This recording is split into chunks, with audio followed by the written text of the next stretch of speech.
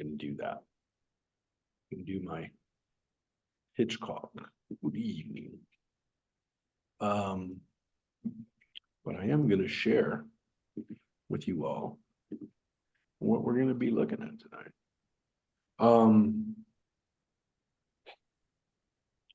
So I hope everyone's doing good today, staying dry, staying healthy. Started raining again pretty bad actually as I was coming in here tonight, but Just as I started. so it was pouring for a second. I'm like wet just from being outside for literally 2 seconds, but yeah, whatever. But we're following what's going on in the world. We are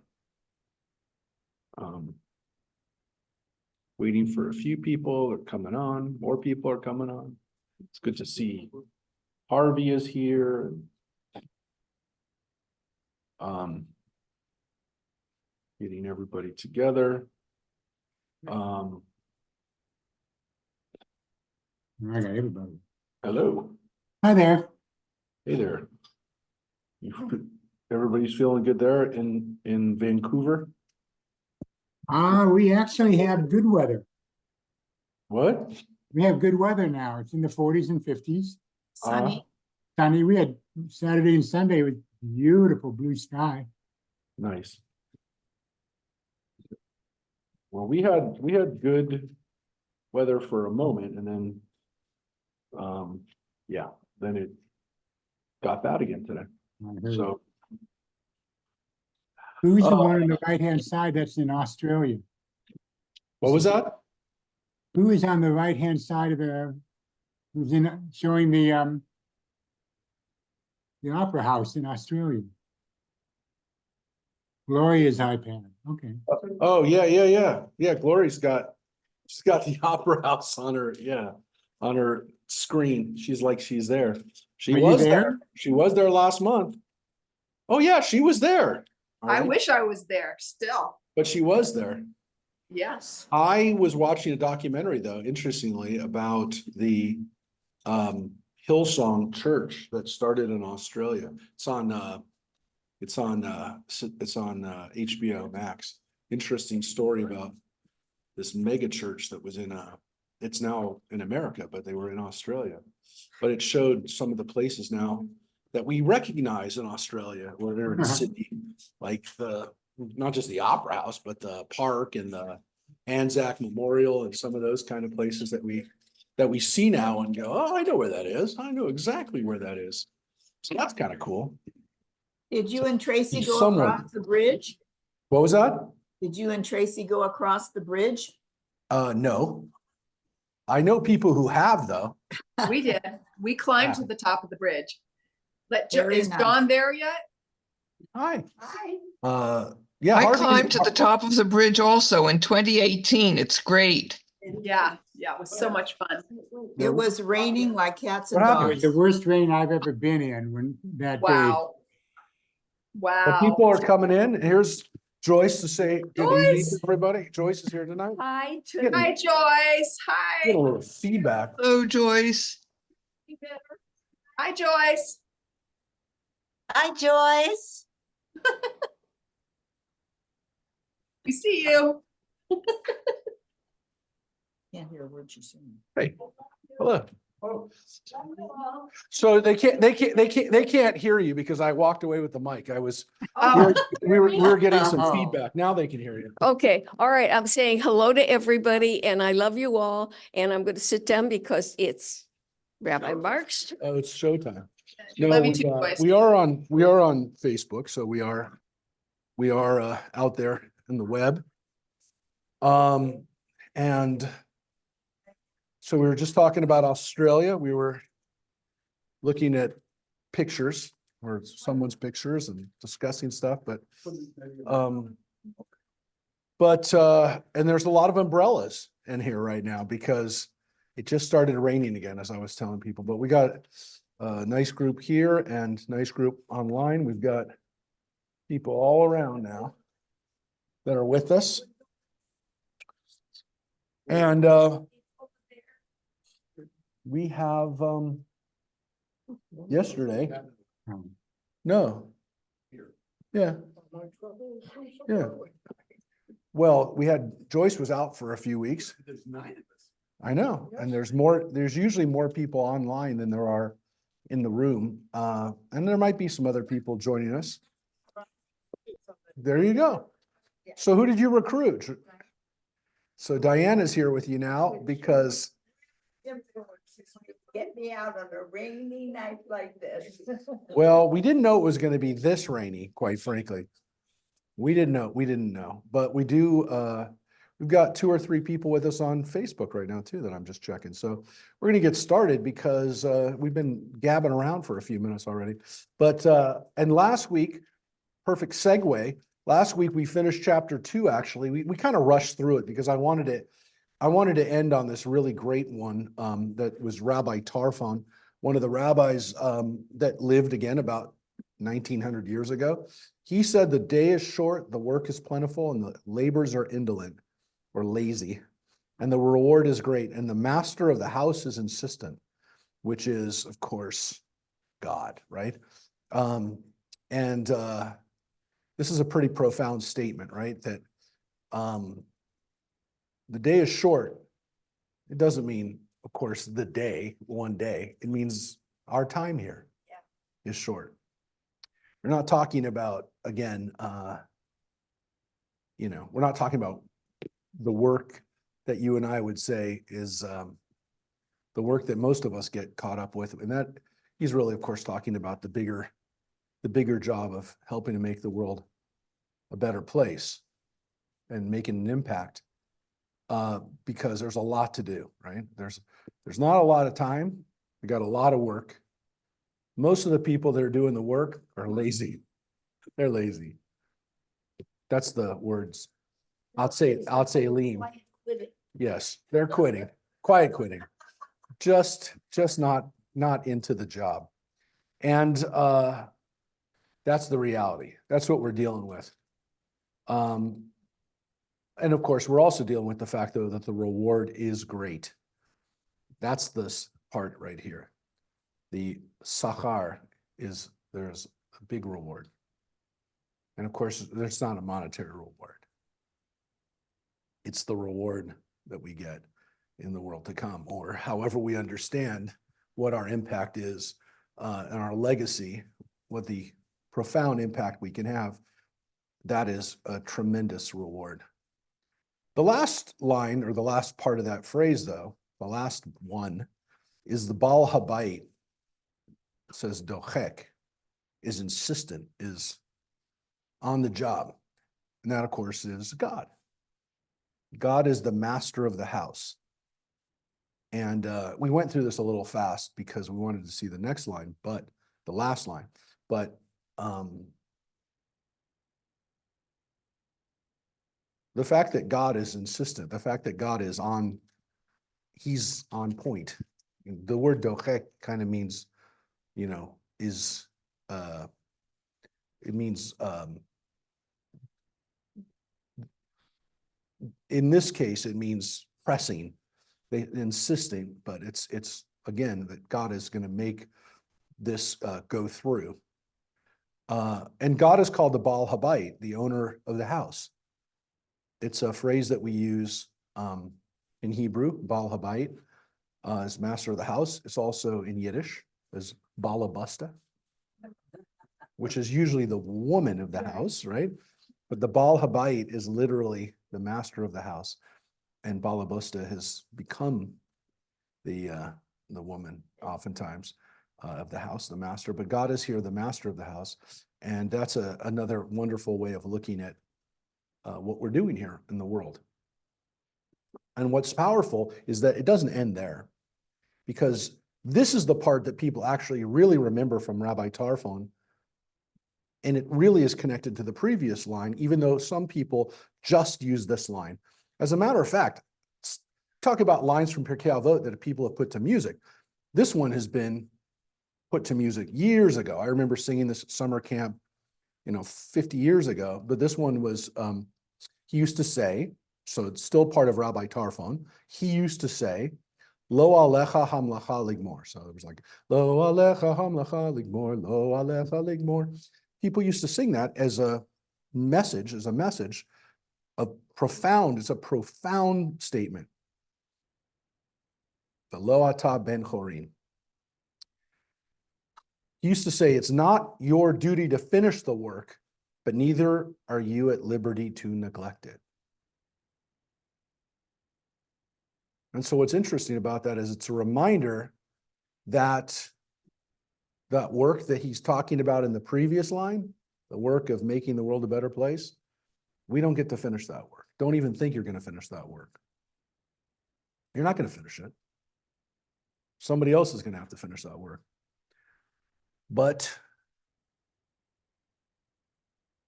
knowing that this immense job in front of us is not going to be able to complete it by ourselves is not an excuse.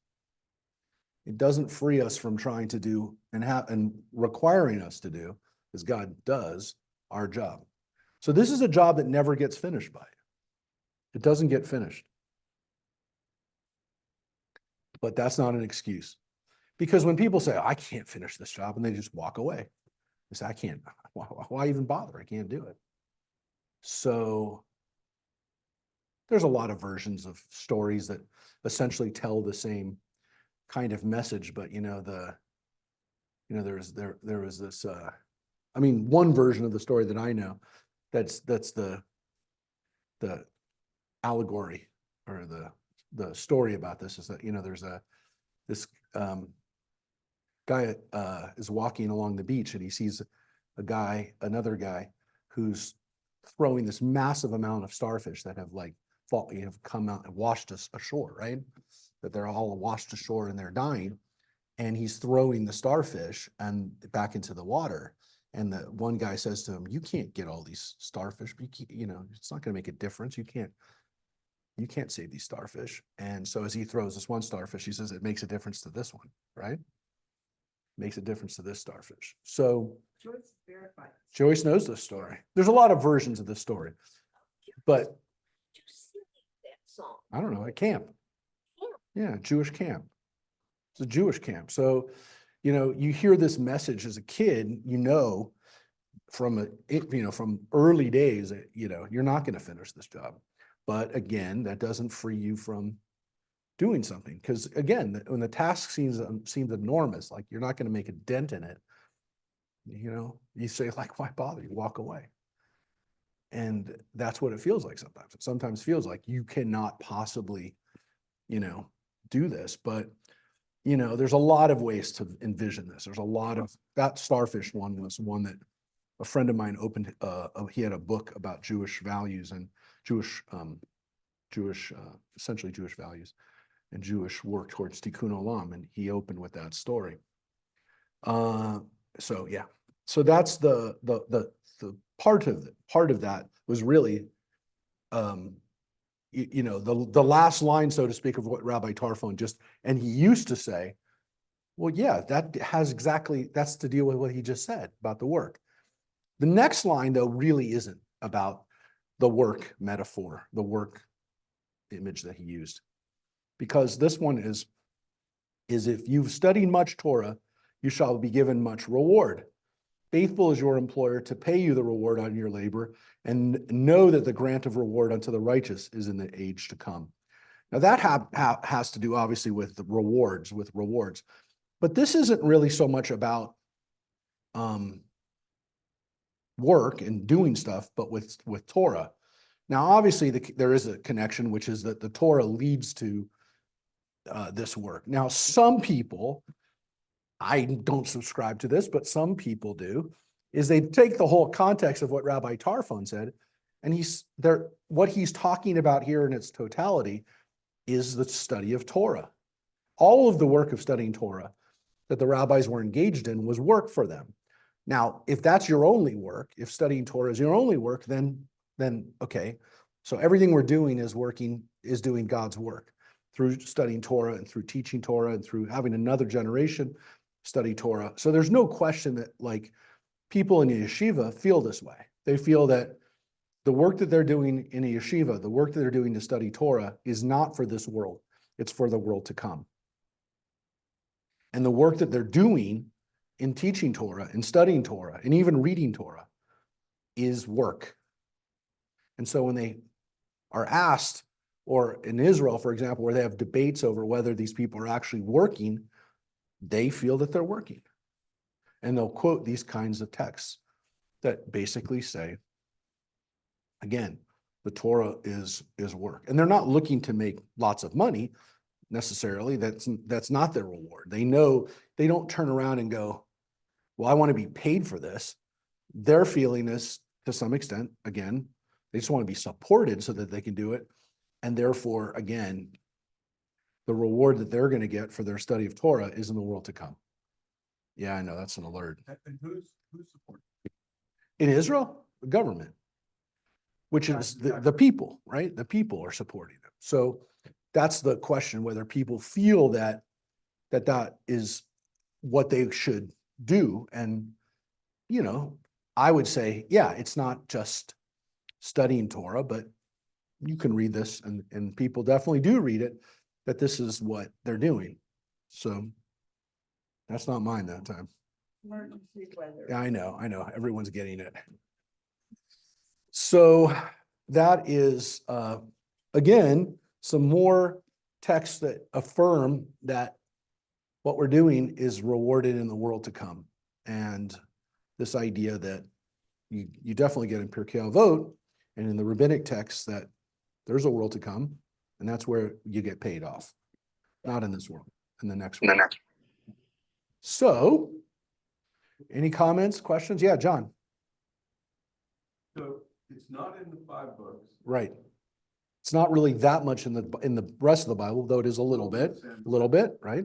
But so the rabbis, priests, that were Not priests, the rabbis. that, Yeah, and 5 books have been created. yeah. Now And now they say things like this. secondary text. They say this definitively. But the reward is in the world to come. Yes. Which is why Christians said it, is because by the time Christianity, which came out of rabbinic Judaism, not priestly Judaism, but rabbinic Judaism, when rabbinic Judaism asserts these kind of teachings, that's why Christianity, took those kinds of teachings. Look, there's a positive to it, but there's also a negative to it, right? When people start focusing on heaven too much, then they stop thinking about this world. Which, he's kind of saying, well, there's definitely a job in this world to do. If not, why would God put us in this world and tell us that we have a lot of work to do, that God wants us to do this work, right? God wants us to do this work. So it's part of this other idea that, again, we've kind of talked about before, that once we pass from this world, the only thing that exists from this world into the next world, to some extent, the rabbis will say our good deeds and our legacy, our goodness, but they'll also tell us that it's our Torah, right? So the Torah that we taught, that we studied, that we took in with us, that's the only part that comes in, that continues. So this is such an important idea that that the more your life is wrapped around Torah, the more, if your issue is I want to know that part of me goes into the next world, then you devote your life to Torah. You're so enmeshed in the Torah that your life and the Torah become one and the same, because that's the only thing that's going into the next world. So, for example, there are rabbinic teachings that because none of you really goes into the next world, like your ego, your things that you have in this world, your attachments to the worldly desires, they have no place in the next world. So you're not going to remember that stuff. Like if you have a lot of stuff in this world, we saw it from Rabbi Hillel, more stuff, more worms, right? More stuff, right? So there's a teaching that the only way that you can remember your name in the next world, if you want to remember your name, and people do, people want to know that like part of me goes into the next world and it's actually like me.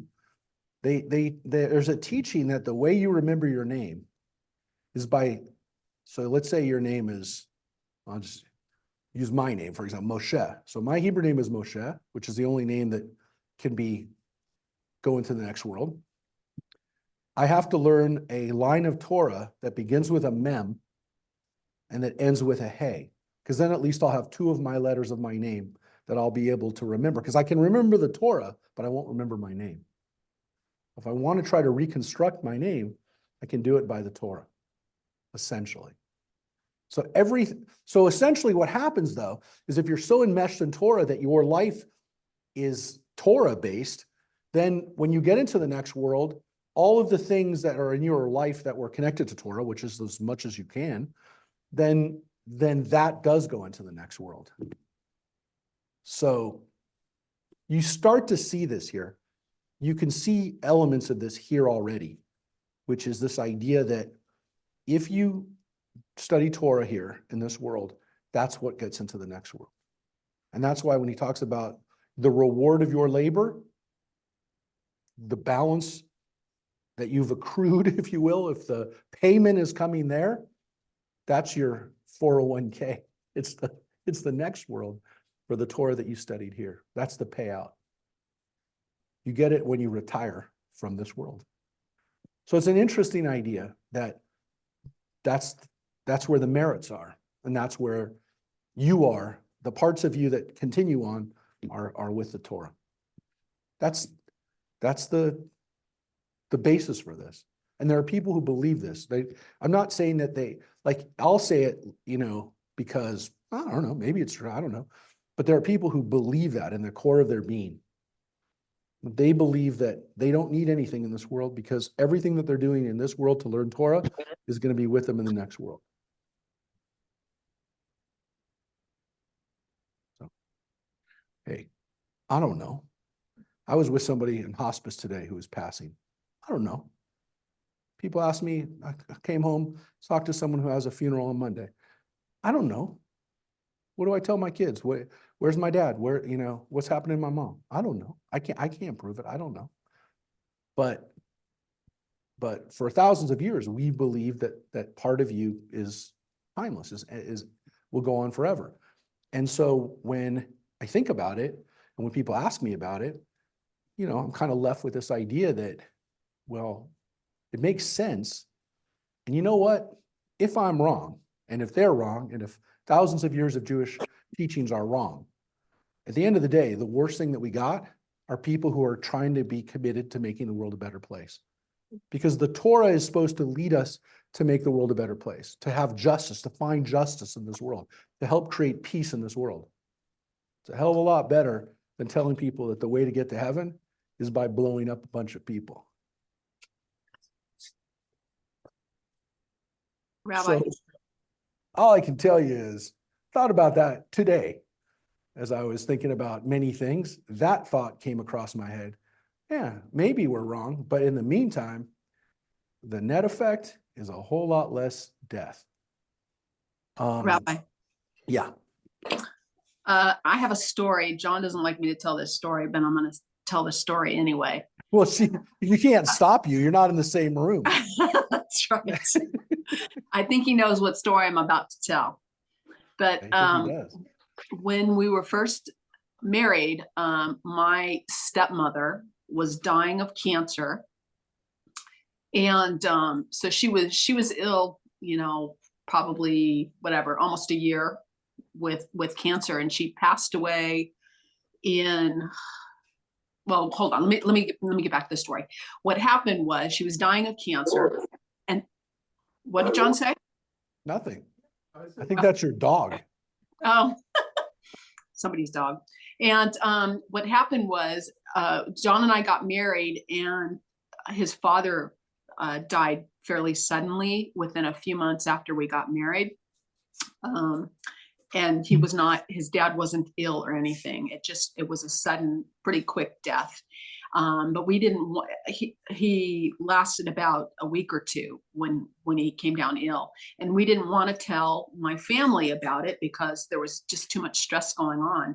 So once John's dad passed away, we decided we'd probably better call up north to tell my dad and the family that John's dad died. So I called up there, and my former sister-in-law answered the phone. And I said, hello. And she said, I have a really weird question to ask you. And I said, what's that? She goes, did John's dad just die? And I was like, what are you talking about? I'm thinking to myself, how would they know? We didn't tell anybody. And she said, because Shirley, my stepmother, who was in complete hospice and pretty comatose the whole time, all of a sudden just opened her eyes and said, John's dad just died. And she only met him one time before. And it was when we first got engaged, because they lived in Northern California and we were all in Southern, and then she was sick. So she never came down any other time to meet him. She met him one time. And so I was so curious to figure out how she knew that. So I was up there a couple weekends later, and I waited and waited until she woke up, and I was just sitting by her side, and I said, I have to know. I have to know, how did you know John's dad died? And she said the closer she came to death, this sounds like the Disney movie, but the closer she came to death, she would see spirits passing by her, and that she saw him and they recognized each other, and he said, see you soon. Wow. Yeah. Yeah, there's a lot of stories that people have. I mean, I don't put her on the spot, but Mary was a hospice nurse for a long time and saw many things and many stories that she could tell. That's a piece of this that again, we didn't, I don't think we understand it. Part of the problem is that I believe a lot of the stuff that we could know or would know about the world to come, or what happens, with the energy that we give out. A lot of it, I think we actually, for the last several thousand years of human history, and we're partly to blame as Jews. I mean, we're not super to blame because we didn't have that much religious power. Once other religions came on the scene, we were not powerful at all. But part of the problem is that religious groups have become so crazed about, their understanding of, life after death or anything else, that it becomes a political issue. It was a political issue, less now. So we might actually get to a point where if we separate people's religious groups from like what we can actually learn and what we could actually study, or eventually we might get to a point where we understand this a little bit better. But because faith groups would kill each other over this issue, and I don't mean like a little bit, I'm talking about 100 years ago. I'm talking about technically right now, there's people that are still killing each other over religious different understandings. But I'm talking about Christians killing other Christians over their understanding of heaven and other things that, like, you couldn't discuss this because somebody would get offended and someone would kill you because you said the wrong thing. So that's part of the problem. And then for the last 200 or 300 years or so, since the Renaissance period and since science became science and religion became, enemies, then you couldn't study it scientifically, because then you're an idiot because you're a religious nut. So religion and science have fought over this issue for the last couple of 100 years for sure. And so that keeps us from understanding it. So because most of the time has been religion, I'm not blaming science for all of it, but because of those two elements, we've not been able to learn because, nobody wants to open up these issues, either again, because science thinks it's stupid, or because religions literally killed each other over this. So who knows, maybe we'll get to a point where, as ironically, as people get less and less religious or affiliated with religious movements, maybe they'll be able to come to terms over this and by the way, and I don't want to offend anybody by saying this right now, but I'm not underselling what I just said. I'm actually euphemistically dancing around this because if, for example, let's just say, I'm going to take your story, Glory, and I'm not picking on it, but I'm just going to tell you, if a Christian was told that story, I'm not saying like anyone in particular, generic Christian is told that story, and they say, well, how could your stepmother was Christian. How could a Christian see a Jewish person going to heaven and say, I'll see you soon? If they didn't believe in Jesus, then John's dad can't be in the same heaven as that lady that was there. I'm just saying, it's just like people. I thought that, but that means we don't know.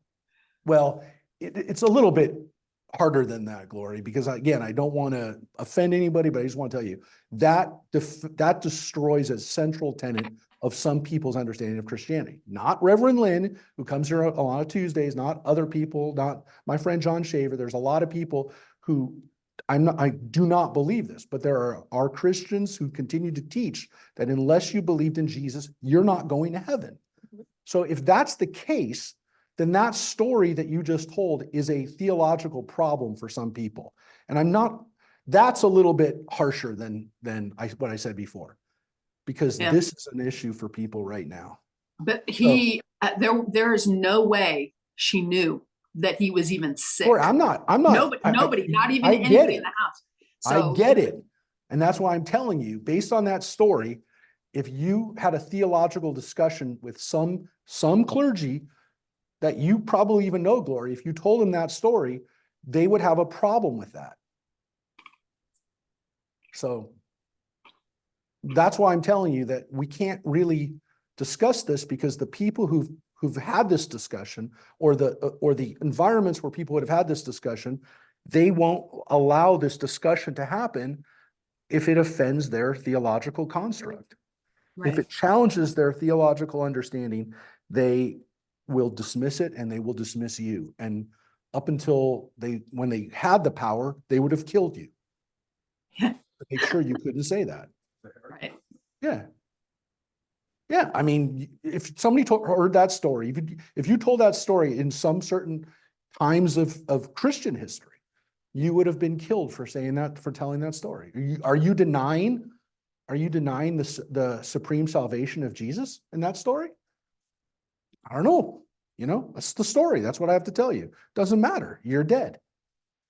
So that's the reality. And that was the reality. And hopefully that gets changed, right? Hopefully that won't be the reality in the future, but that's where it's been. So as we maybe get to a point where we can have people really approach this issue and get to the bottom of it, which some could argue is the most important thing that we could know, we'll be still a little bit in the dark. I do believe that we won't always be in the dark on this. Remember what we read last week, my friends, what Rabbi Hillel said. Very important line that Rabbi Hillel said.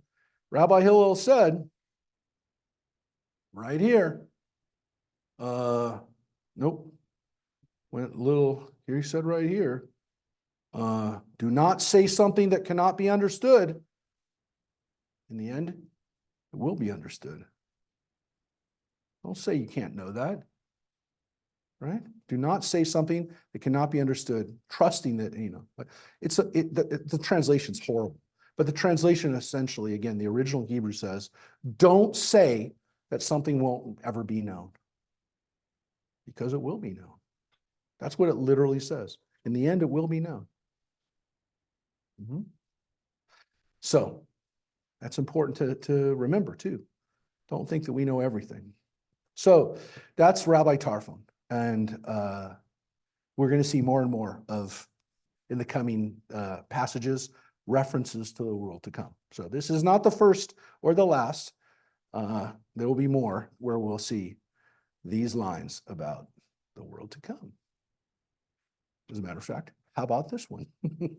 This is a great one. This is not one that we were told as a kid. You'll see why. This is not one that I learned a song to as a child. Akavia ben Mahalel said, Mark well these three things. And remember, they used to use a lot of threes, right? The rule of three. Mark well these three things. You will not come into the power of sin if you know these three things. Know where you come from. Know where you're going. And know before whom you're destined to give an account and reckoning. Those three things, right? Well, he's not going to make you try to figure this out. He tells you. Where do you come from? From a putrid drop. That's why they didn't teach us this as a kid.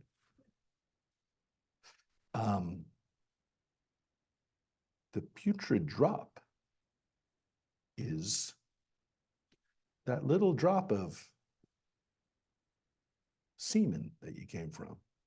Now they called it a putrid drop, or that's a translation. It's not quite that, but it's definitely not like stuff that you want to be around. I don't know if putrid is maybe too harsh of a translation, but it's basically stuff that you don't want to get it on you.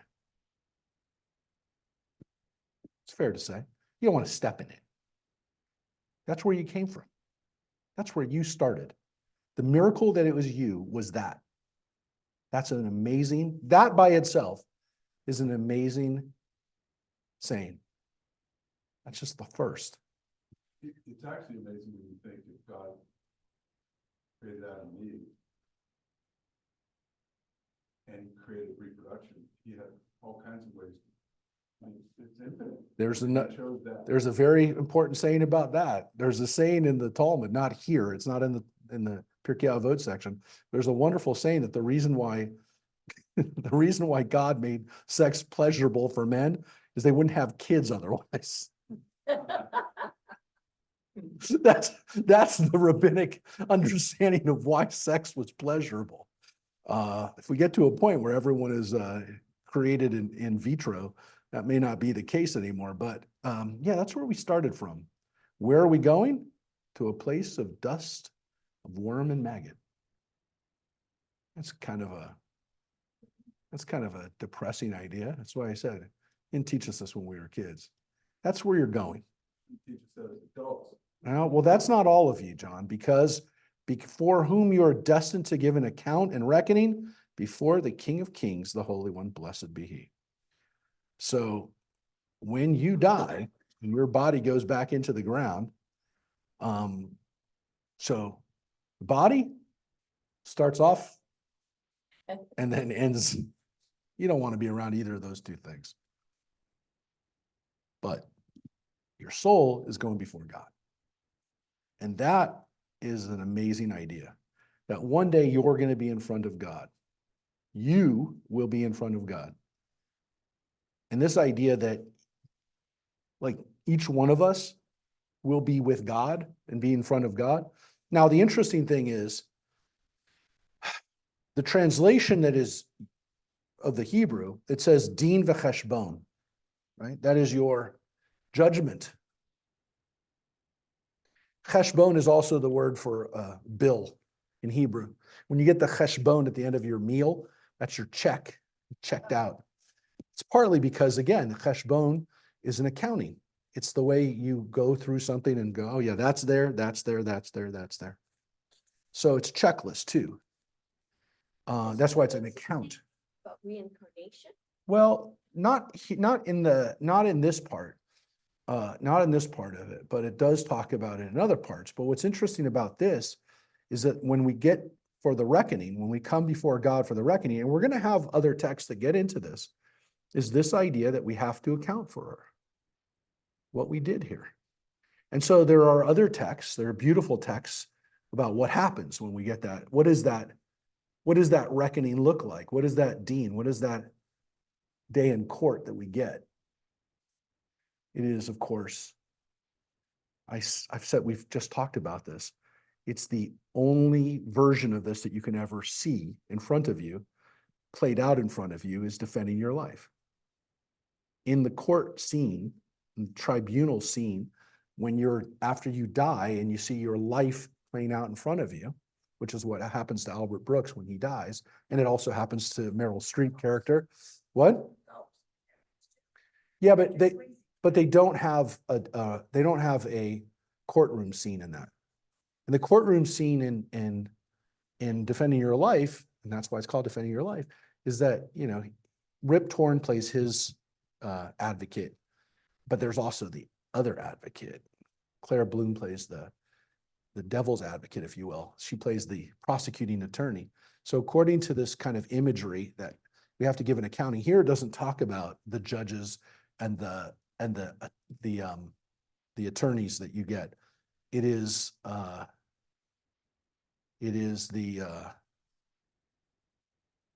it's just God.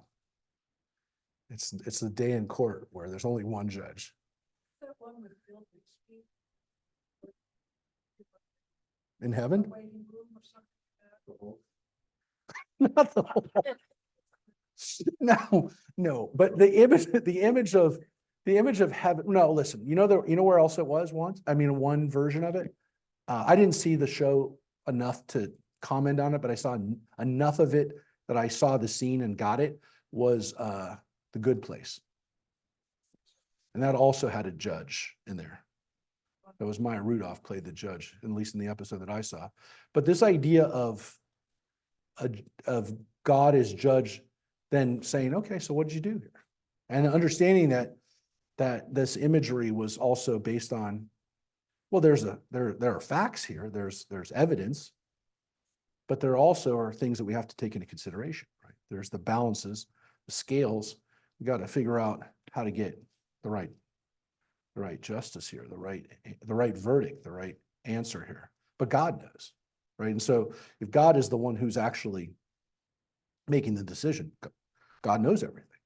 So it's not like, well, but then you start getting these legends and these stories about, you know, the angels helping out, or not hurting us, but the angels giving that information. So I mentioned this actually at Yom Kippur because there is a story that, again, it's kind of understanding that the whole world is being judged on Yom Kippur, that the whole world on Rosh Hashanah and Yom Kippur during the high holidays is being judged.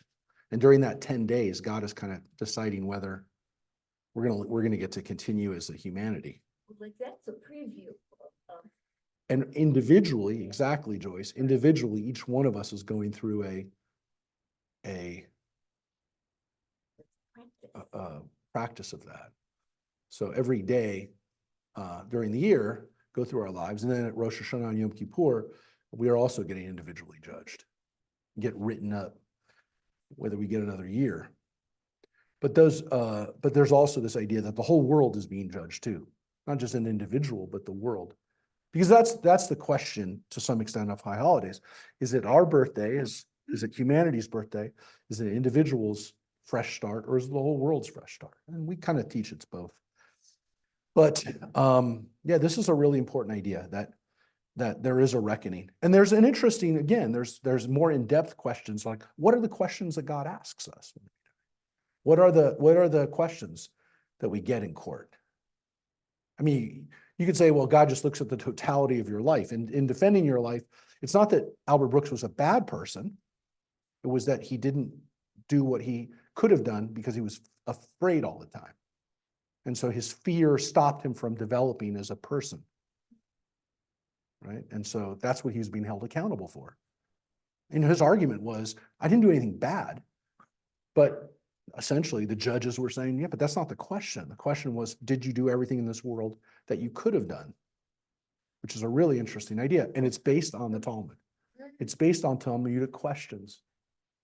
And so one of the questions, according to tradition, that we're asked when we die, which I think is a really interesting question. It's one that I also think about occasionally. One of the questions is, God asks us, is, did you enjoy the world that I made for you? Did you enjoy the world that I made for you? So that's an interesting question, but it's one that essentially is such an interesting idea because it kind of goes against that kind of other type of religious practice, which is, you know, the kind that like a ascetic monk would, you know, cut himself off from the world and not have anything to do, like a hermit, right? The hermit that lived in a cave and just didn't eat anything and didn't talk to anybody and didn't enjoy life. That completely goes against that. I'm going to show you. person that is selfless and gives everything away and has no view of self. Yes. So that's one of the things that I think that you have to look at. Now, look, I've been asked this question before. So that I wasn't going to show you this right now. So one of the questions,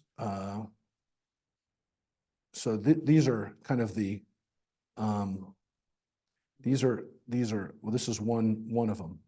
So this is this is again in the Talmud, in the section in Shabbat, tractate on Shabbat. So one of the questions, did you do business buying and selling faithfully, right? So did you engage in ethical business practices, right? That's one thing.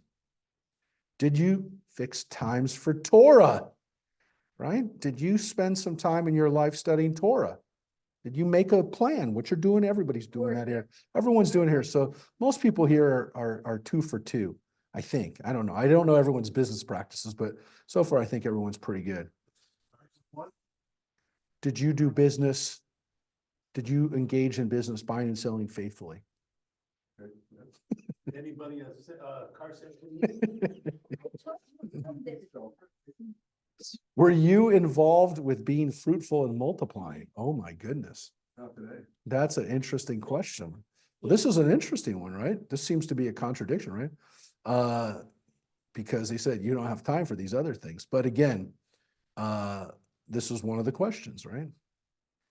Were you anticipating the redemption? Which is interesting because that's this idea where did you hope that there would be redemption in this world? Do you believe that there's a world to come? Do you believe there's a messianic age? Those kinds of things. Were you intellectually engaged in pursuing wisdom and understanding a thing within a thing, which is, again, I would say maybe knowledge for the sake of knowledge, but definitely what we're doing here. It's 100%. Were you in awe of heaven? Now, this is an interesting one because this one,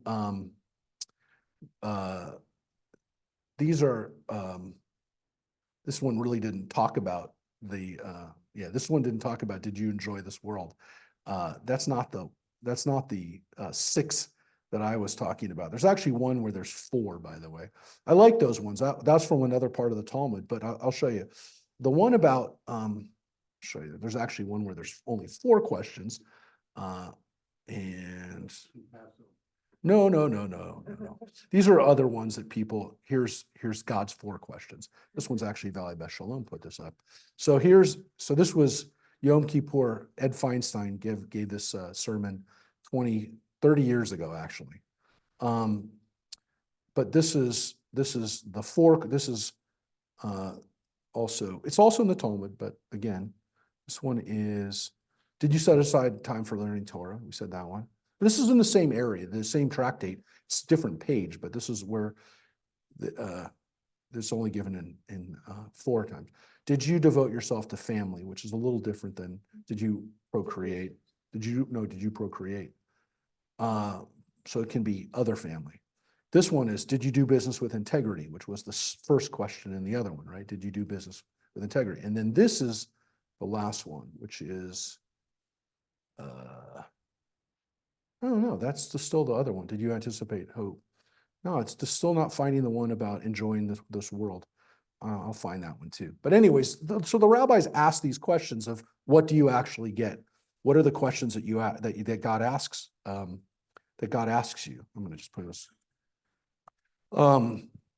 Somebody asked me here. I'll just say, did you enjoy your life? So, this is okay. Maybe this is the Reform movement has these too. But look, were you honest in business? Did you make spiritual life? Did you busy yourself with creation? Were you hopeful? Wait, skipped over one. Well, it's really this one. Did you busy yourself with, no, it's not that one. No, it's a different one. So this one is also different. This was a different one. I don't even see 7 of them here. Oh yeah, no, this is kind of similar.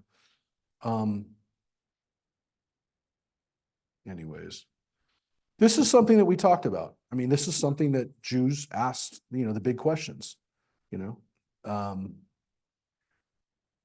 It's weird because, again, we have to balance off this understanding that we're in this world and part of us is flesh and blood, but part of us is not. And this is where we get a lot of stuff about the world to come. So here, actually, the next one isn't about that. So I don't want to just leave this before we finish it. But again, we will come back to this reckoning, this accounting that we have before God. And it's an interesting thing to think about. I mean, it's a spiritual exercise to kind of think about what questions would God ask us? What questions would you ask if you were God of a human, of a human being? Yeah. Anyways, we'll come back to that. But this next section, so that was Akavia ben Mahalel. This next one is Rabbi Hanina, and Rabbi Hanina was not only a rabbi, but he was also the assistant high priest, right?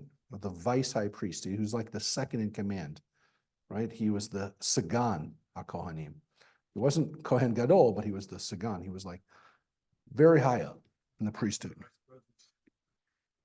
Sagan, yeah, that's where it comes from. The Talmudic, during that period, a Sagan was one of the authorities, not the head, but up there.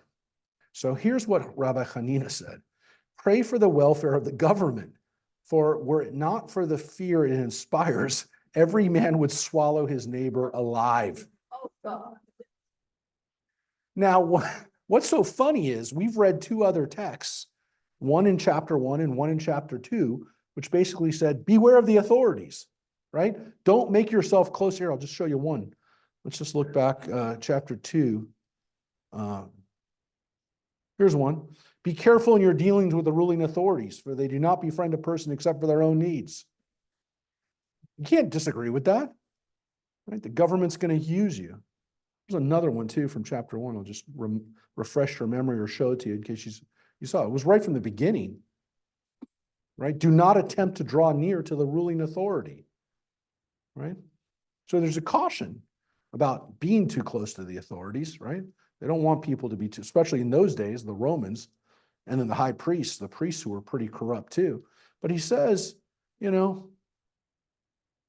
says, but if it wasn't for that government, people would destroy themselves. What's the time difference between the two?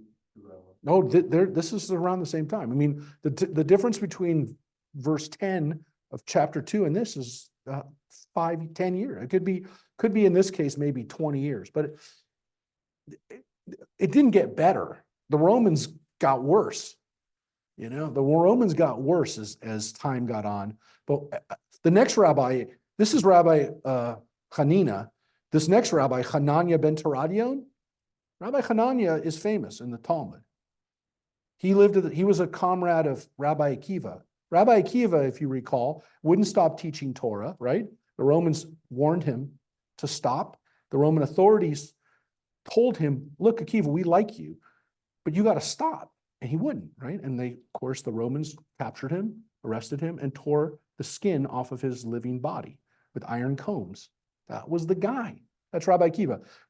Rabbi Hananiah, who was his friend, his colleague, also at the same time was not stopping to teach Torah. This is during the time of the Bar Kokhba revolt, about 60 years after the temple was destroyed. The Romans continued this because we didn't stop either, by the way. We didn't stop trying to get them out. Rabbi Hananiah ben Teradion was wrapped in a Torah scroll and burned to death. That was his punishment for teaching Torah. The Romans wrapped him in a Torah and burned him to death. We read that in the Talmud. That was his reward for teaching Torah. So it's not like these guys didn't know what they were up against, and they continued to do it. So, and they didn't like the authorities. I want to make it really clear. These guys did not love the authorities, but they said, honestly, if people weren't afraid of the authorities, they would destroy themselves. Now, again, they don't want the authorities to come and wrap them in a Torah and kill them. But at the same time, there needs to be authority. And they weren't going to say, hey, look, let's have chaos, let's have anarchy, let's have no government. That wasn't, hey, this government's horrible, let's not have government anymore. They said, no, let's have a better government. Let's have a government that doesn't torture us for teaching Torah. But that doesn't, thank God there's a government, because otherwise it would be even worse to some extent. So that's the weird thing, is that they balance these ideas. And I don't think they're wrong. So everybody who goes, well, the government does this, the government does that, what would happen if there was no government? We'd have anarchy. And that's what they said thousands of years ago. Yeah. Sometimes government wants to interfere too much. Look, and you hope that the government is good, as an ethical government, right? But yeah, they said we can't, the alternative is not having no government. So, but here's what Hananiah said, because this Hanina was different than Hananiah. There's a different rabbi. But Hananiah said, and this is what he's one of the things he's known for, as I said, besides being wrapped in a Torah and burned alive. He said, if two sit together and there are no words of Torah spoken between them, then this is a session of scorners. As it is said, nor sat he in the seat of the scornful, rather than teaching of the Lord is his delight. That's from the beginning of Psalms. That's from the beginning of Tehillim. Now, he quotes the Bible to justify his saying, which you're going to see in his other sayings. But he basically says, if two people get together and they don't talk about Torah, they're not good people. So that's what he said. Two people getting together have to talk about Torah. And the good thing is, if the two sit together and there are words of Torah spoken between them, then the Shekhinah abides among them. The divine presence is with them. As it is said, then they that feared the Lord spoke one with another, and the Lord hearkened and heard. And a book of remembrance was written before him for them that feared the Lord, and that thought upon his name. And that's from the prophet Malachi, which we'll read in a few months. One of the last prophets, he talked about the fact that people who spoke one with another, which is only two people, has to be two people, that God saw it. God saw it, and that is for him proof that God cares about two people talking about Torah. Now, the last line here is interesting, because again, it's important for you and another person getting together, you got to talk about something holy. By the way, come on, if you sit down and take someone to lunch, you talk about business for 2 seconds. I wrote that off as a tax write-off. Talked about business today. Now, the real business is Torah, because then that meeting, God was with you. But he says, now I have no scriptural proof for the presence of the Shekhinah except among two. How do you know that even one who sits and studies Torah, the Holy One, blessed be he, fixes his reward? So, okay. You might say, you've proven it with two people, but what about one person? And he says, it is said, this is in the book of Lamentations, Echa, though he sit alone and meditate in stillness, yet he takes a reward unto himself. Now that line he uses as a proof text that a person who sits alone and thinks about God, the Shekhinah is there too. So it doesn't even take two people. So this is an interesting discussion, which is how many people does it take to have the Shekhinah amongst you? I know it's a feminine Yeah. word. Yeah. We talked about that. Yeah. I find it interesting that he's using. Yep. But this idea that a group of people can bring the Shekhinah into their midst.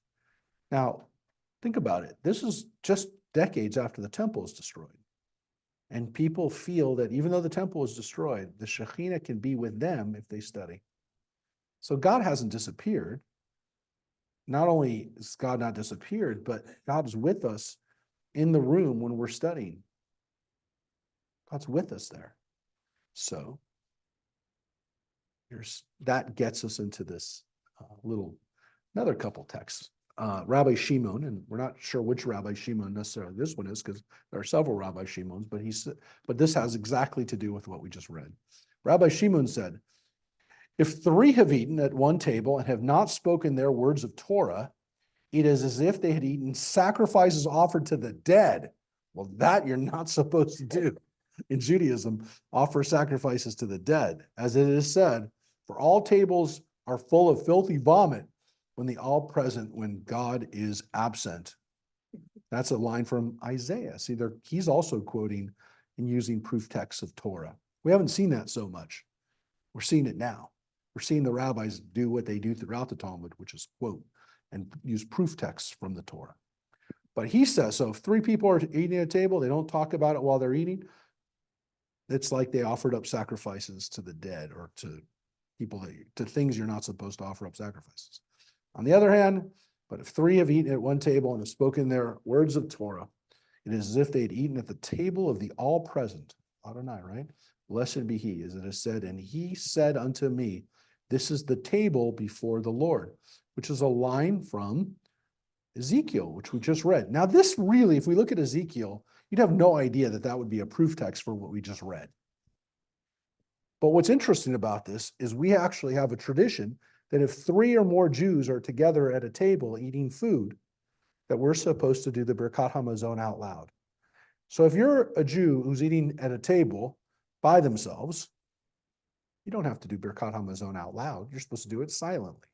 But if there's two other Jews with you while you're eating, you bring out the books and you start doing the Birkat Hamazon. And there are lines that you say only when you do it out loud. Like you say, Rabotai Nevarech, Yehi Shem Adonai Mevorach Me'ata Ve'ado. Only say that when there's three people. And what's interesting is if there's 10 people, you say some extra words. Right? You say some extra words, but you also say, Nevarech Eloheinu Shalchanu Mishalo. We add the word Eloheinu. So when we have a minyan of 10 people, We have tonight. yeah, but we're not eating. But what's so interesting is that you looked at these texts. If you looked at these texts from Isaiah and Ezekiel, you'd have no idea that they would be used as proof texts to defend this idea that you need to talk about Torah when you're having a meal. Now, again, if you do Birkat Hamazon, you've done it because you've quoted the Bible. The Birkat Hamazon is filled with passages from the Bible. You're covered just by doing Birkat Hamazon. And so people love doing the Birkat Hamazon with the people out loud because they're actually doing exactly what we're seeing here, which is bringing God into the meal. We're understanding, again, doesn't mean you don't say the Birkat Hamazon to yourself when you're by yourself, but once you have those three people, now, if you're really, really religious and you're doing this, it's three men.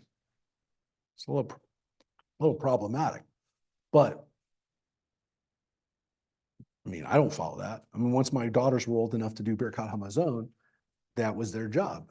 We did Birkat Hamazon, not every meal, but we always did it on Shabbos. And so their job was to do lead different parts of the Birkat Hamazon, because we knew they were all going to be there then. And as they got old enough to do certain things, then they got to do a different part of the Birkat Hamazon. But there were three of them. So when Rachel was old enough, and she's a bat mitzvah, then she's old enough. She's doing part of the Birkat Hamazon out loud, and she's leading part of it. And then Dina, when she got older, she got to do part of the Birkat Hamazon too, and she got to lead a part. And we would not have the same person do the part.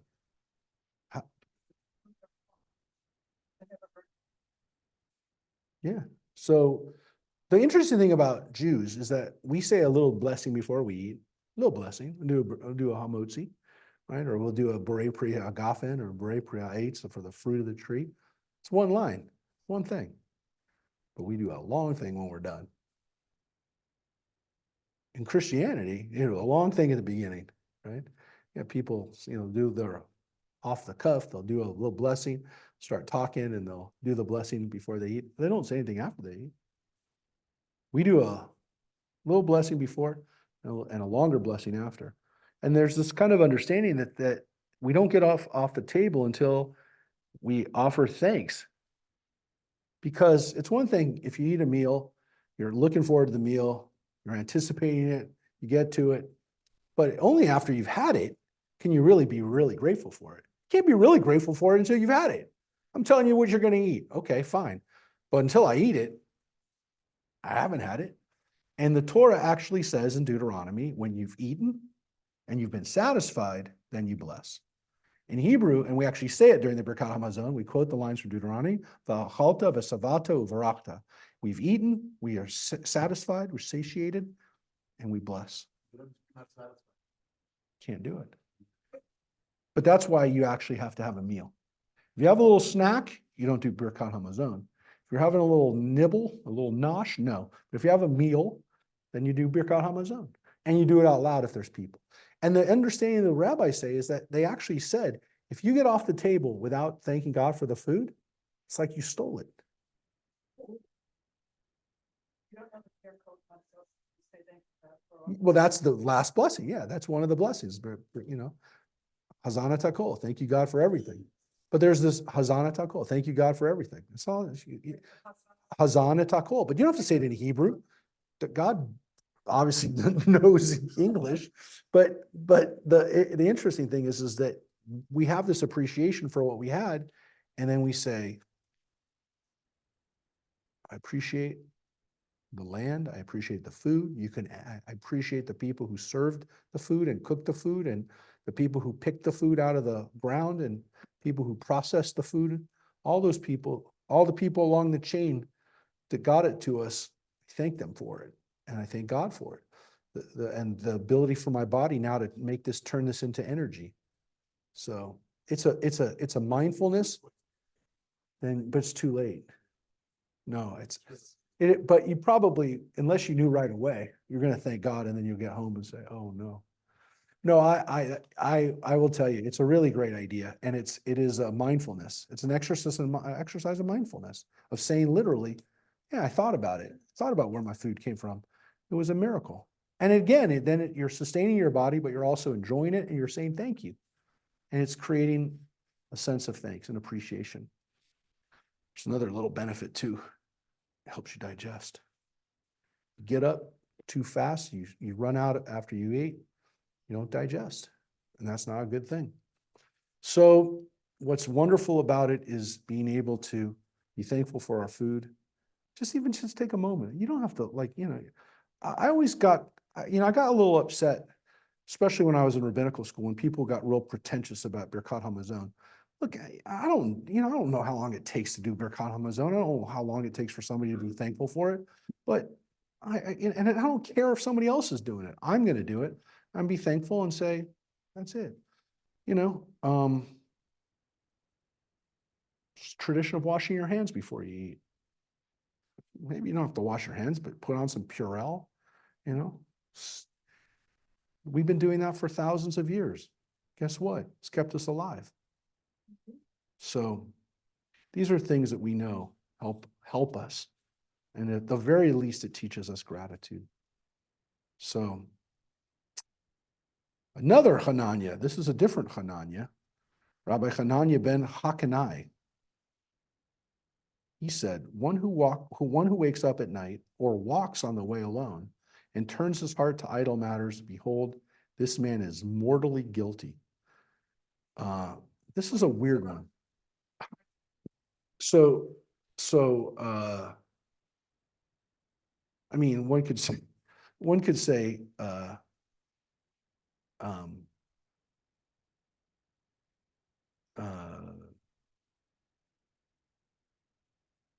it's to nothing, it's to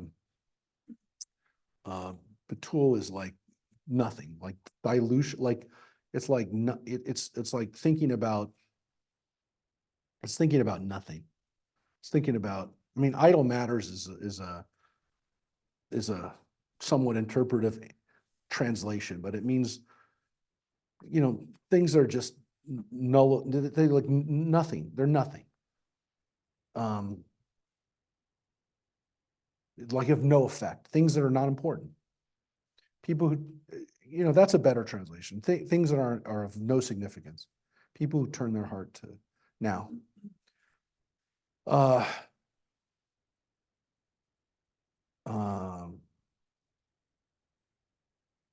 I will tell you that it doesn't necessarily mean like you do this one or you do that or you do that. That's the way we normally understand it. It could be somebody who does all of these things. But look, these are not like, this is a little bit more profound than just somebody who is by themselves all the time is doing stuff that's going to hurt them. Mortally guilty is maybe also not a great translation, but it's you could say is hurting their soul.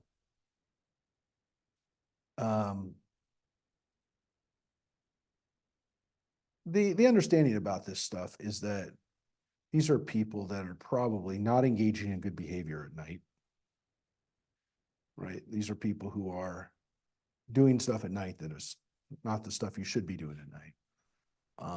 And walking on the way alone is not like I took a walk by myself. That's not what they're talking about. It's someone who's gone rogue. This is somebody who has, when they're talking about halach b'derech, it means the way that they're going. And they don't mean it's the road that they're walking today on the way home. It's the way that they're going throughout their lives. And they're doing it by themselves, without anybody else, without anybody else's support, and without anyone else's blessing, and without anyone else, to some extent, without a care for anybody else. That's a bad thing to do. Now you go, well, that's a subjective answer, but they really are. The Jewish community did not want people going it alone. We've talked about this before. Rabbis that went rogue got written out, even if they were right. That was the Eliezer ben Hyrcanus story, God says he's right. The rabbis say, yeah, but you can't have somebody doing what they want by themselves. They have to go with the majority. So that's what it really means to walk alone. And again, turning your heart to useless things means literally, and again, is that subjective? Well, yeah, but it's things that have no consequence. If your heart is dealing with stuff, if your mind and heart are turned to things, and again, the word libo is heart and mind. It's not just heart, it's your energy, it's your thought process, it's your emotions and your intention. When they're turned to things that are of no consequence, this isn't good. So this isn't just like people who are stupid or who are, loner. These are people who are, their consequences of their actions are going to be bad. They're going to be grave. So it's not just like subjective. This guy's by himself. It's not what they're talking about. They're not walking with God. They're not walking with God, and they're not walking with the community. And the Jewish community during this time was very concerned with people that were going rogue. Because we know about heresies, and we know about, Christianity was to some extent at one point, Jews that had gone off the reservation at this time. And then Christians had people who went off the reservation with their own heresy. But Christianity was only one of several heresies, if you will, or sects. We didn't call them heresies, we called them sects, minim, that happened at this time. There were Jewish people who were very Greek. They were blending Greek philosophies. We read about the Epicurus, the Greeks that were the Greek influenced Jews. And we read about, the priestly ones who were negating heaven and who were telling people that you're not supposed to be doing what the rabbis are doing. The rabbis looked at all of those things as sects and as things that, again, not like bad people, but they're doing things that are not part of the group, of their group. And they were very concerned about that. They were concerned about the group. And they did not want people going after those kinds of things. And again, is it subjective? The things that they were worried about, that people were putting their hearts towards inconsequential things? Yes, because in some cases, those would have been Greek texts or things that, they didn't want people to be turning their hearts to those kind of things. They didn't want people to go and leave the community. They didn't want people to go off. So the next line, Rabbi Nehunya ben Hakana, he said, whoever takes upon himself the yoke of the Torah, they remove from him the yoke of the government. and the yoke of worldly concerns. And whoever breaks off from himself the yoke of Torah, they place on themselves the yoke of the government and the yoke of worldly concerns. Now, the yoke, which we call the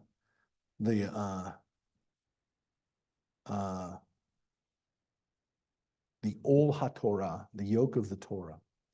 This is an interesting image because we know what a yoke goes on, right? Right? It goes on a bull or a horse. Right? It's the thing that controls the person or the animal or the thing is a yoke. Because you could put a yoke on a slave too. But this is the yoke of Torah. So when someone took on Judaism or took on Jewish life, if they converted to Judaism or if they were taking the Torah seriously, they were putting on the yoke of the Torah. We called it that. The rabbis called it that. They called it the yoke of Torah. And they knew what they were calling it. They were saying you're making yourself subservient. You're being guided by the Torah. Was it also the responsibility of Torah or something? Yeah, it's responsibility, but it's even more than that because you're putting yourself under the control of the Torah. And it's hard. It's hard because you're giving up to some extent. I'm saying that this is the yoke that I'm taking on. It's hard. To some extent, they're saying that it's somewhat But nowadays. you discretionary. can't Not have yoke of worldly concern or government. And still study it. You could, yeah, but you could, you could have the same thing today and they had the same thing then. This is no different. Because what they're basically saying is if you are giving up the yoke of Torah, it's not like you're free. You're not free. As a matter of fact, if you give up the yoke of Torah, you take on two yokes.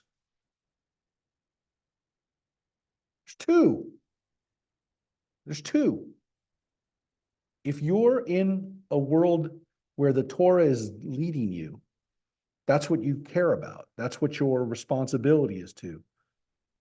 It's who you're working for. That's what I'm working for. Now, if I'm not working for that, what am I working for? I'm working for a livelihood, worldly concerns, what they call derech eretz, but that's the way of the world. That's what you do when you're not in that world. But you also have the government that you have to worry about too. So if you're going to be in that world, you're going to have two things to worry about. So what's interesting about that is that here they're telling their people, look, you got to choose who you serve. But just know that if you're not serving Torah, you're not serving God, you're serving the government and you're serving your worldly concerns. The yoke's on you. Sorry. Two yokes. You got two yokes, as Mike just said. The yoke's on you. And there's two of them. So clearly, you want the yoke of Torah on you. It's what's interesting about it, though, again, is that for people who say, I don't need the yoke of Torah on me. Okay, fine. Now you got a yoke. Now you got two. Yeah, the yoke is on you. You got two. It's never off of you. It's not like, well, I don't have a yoke on me. Yeah, you do. Yeah, you do. You do. Because you're now working for the man, so to speak. And that's not where you should be. That's not who you should be working for. So, yeah, don't think that you're going to be walking off with no yoke. So here's going back to discussions about the Shekhinah and God's presence. And this is an interesting one because we're going to see several numbers used here. Rabbi Halafta of Kfar Hanania. So sometimes we haven't had it in a while. Sometimes the rabbis are known from where they came from. So he was from a place called Kfar Hanania. So he was from a village. Kfar is a village. He was from a place called Kfar Hanania. He said, when 10 sit together and occupy themselves with Torah, the Shekhinah abides among them. As it is said, God stands in the congregation of God. That's from Psalm 82. Which, by the way, I will tell you that that verse, the fact that he recontextualized that verse is pretty wild because it's one of the more problematic verses in the Torah. I will just tell you. Psalm 82:1 is when people want to talk about parts of the Bible that are confusing. This is one of them. I'll show it to you since I already said that. Here's how it begins.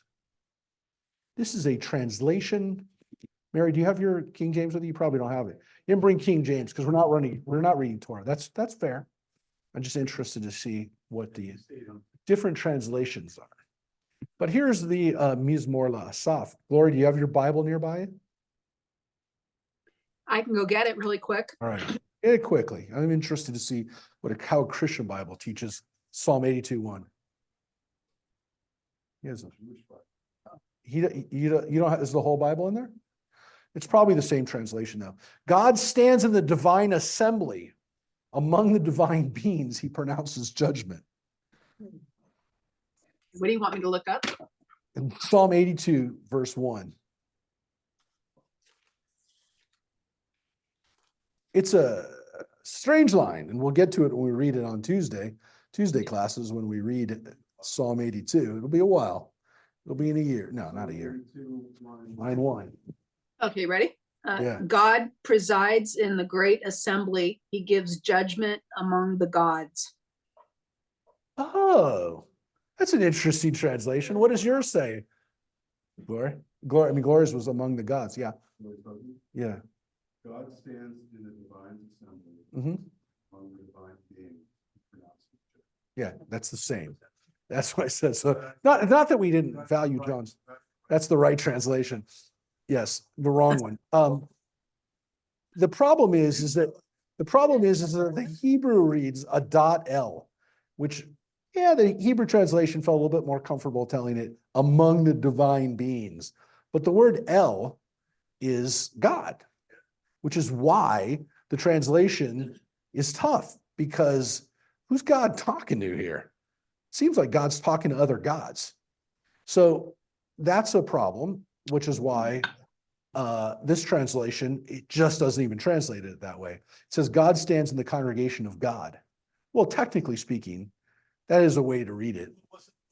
It wasn't, but a dot L is a congregation. A congregation isn't a dot.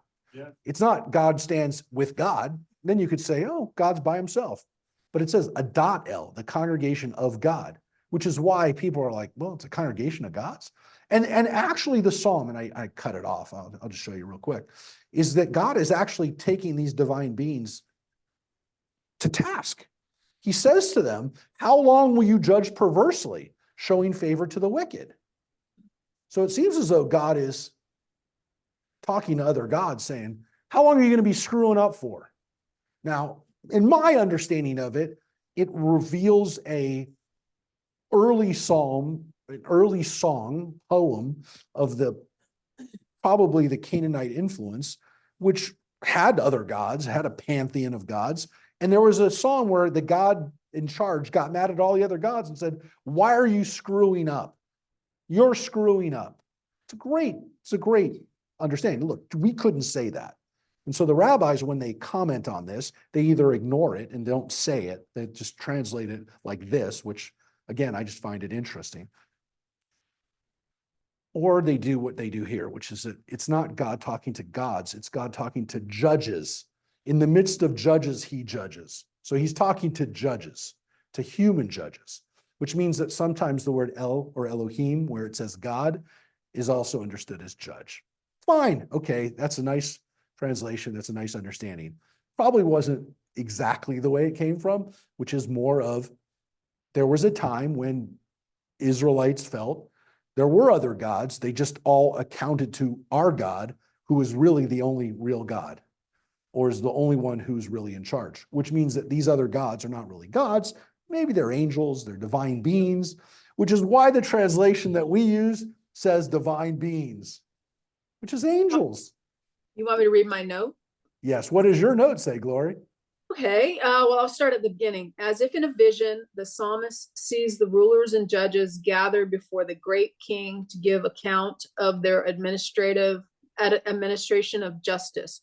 In the language of the Old Testament, in accordance with the conceptual world of the ancient Near East, rulers and judges, as deputies of the heavenly king, could be given the honorific title God, or be called Son of God. That's what it says here. Mhm. So that's kind of hedging it a little bit, but basically kind of following the Jewish tradition, which is God can't possibly be talking to other deities. So, but it could have reflected a time when Jews were kind of saying, fine, you have all these other gods, but our God is the one who's in charge and says to all these other gods, you aren't doing your job. Your world is not right. And so God says, I am not happy with the way that you're judging. Again, we understand it, and especially by here at the Talmudic period, God is talking to other people and saying, why are you judging bad? He has to be the Shema. What? He has to be. What? God is one. Yes. Yeah, but as far as says. So the other thing is, what it says is Shema Yisrael, Adonai Eloheinu, Adonai Echad, right? Shema Yisrael, listen Israel, Adonai Eloheinu, God is your God, God is one. Now, what's important about that is that, again, I'm just telling you, the way that some people have understood this, and you got to step back and you got to get into this mode of, but what did people in those days actually believe and what did they actually know? It is a possibility that we believe that there was one God, but we didn't believe that for us there was only one God, but for everybody else who believes in other gods. Now, it doesn't mean that their other gods work, or that their other gods are real, or that their other gods were powerful, or that they didn't essentially report to our God, but we have one God. Our God is one God. Now, again, that's already a major idea, which a lot of people couldn't take, but you're absolutely right. The Shema says, Adonai Eloheinu, Adonai Echad. Adonai is one, or Adonai alone, only God. So for us, it could be a statement saying, we only have one God. We only have one God, which again, for a lot of people, no, for 99.9% of the world's civilization at that time was so ridiculous that we were laughed out of the party. Here's a weird guy who says there's only one God. There's no question that that's what the Shema says, but it could also be understood that we're only supposed to worship God, which is also, again, somewhat radical, which is that we only worship God, Adonai. But it's not the whole discussion in Genesis and Exodus. It is definitely a discussion, and it's one that is a big part of the Bible, which is this idea that we are trying to worship one God, and we constantly have interference from the noise of civilization, which says, no, there's a lot of gods. And what was clear is that a lot of our own people didn't get that, because the idea of having more than one God was too attractive to them. The idea that God had a wife was too attractive to them. The idea that God has kids was attractive to them. Now, the Romans were. Pagans, yeah, idolaters. That's a good question. So what do the Romans believe? They believed in other gods, right? In many gods, right? They believed in, correct. They believed in Jupiter and, was Zeus, and they believed in those kind of Apollo and all those gods. The question of, did all Romans believe that? We know that they didn't. The Romans actually made fun sometimes of people who were too religious, who believed in these gods, but they still had those myths. They still told people that these were their gods, but there are real questions whether Romans by this period were that religious. But on the other hand, the Romans were always open to having a new god. So when there was a new god in town, the Romans oftentimes were very hot on that new god.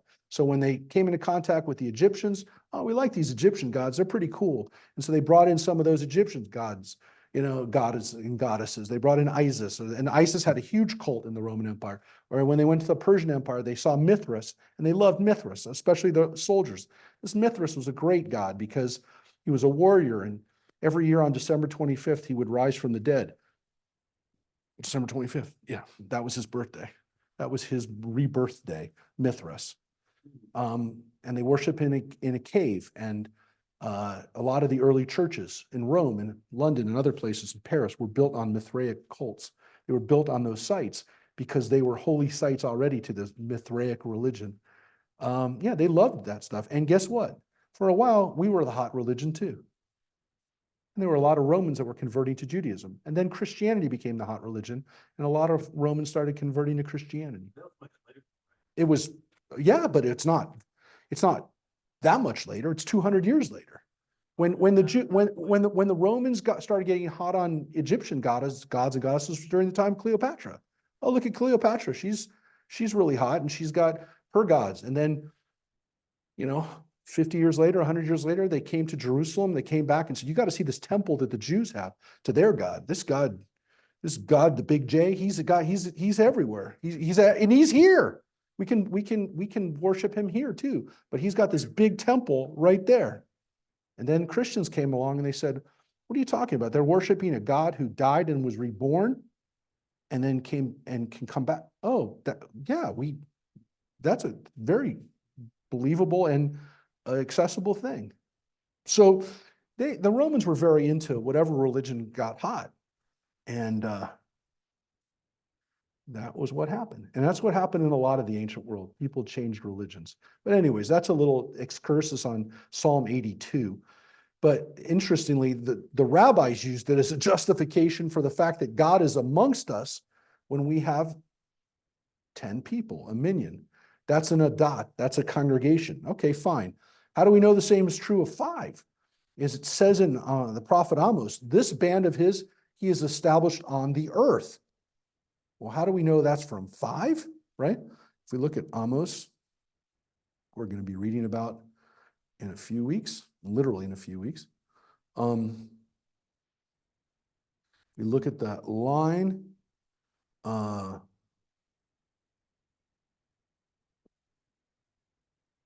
This line is,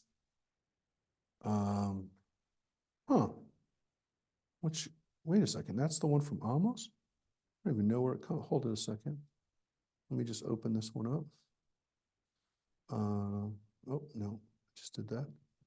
So let me just look at the commentary on this one right here. This one.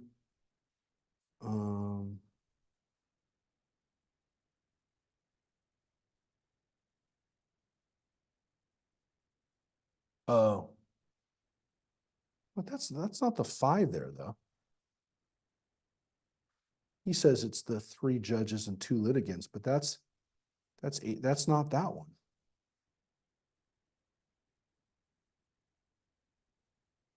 Huh. Hold it a second. That doesn't make any sense because that one was the one from the previous one. It wasn't the one from Amos. Hold it a second. It doesn't make any sense. Hold it. Let me just bring this up. Let's see if my monitor is one. No, it doesn't. That's not explaining that one either. All right, let me just look at one more commentary. None of these are. I don't think that this one is here either.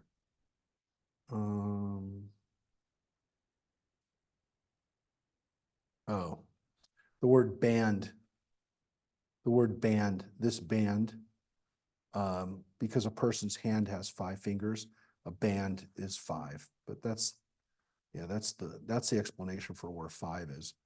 How do we know the same is true of even 3?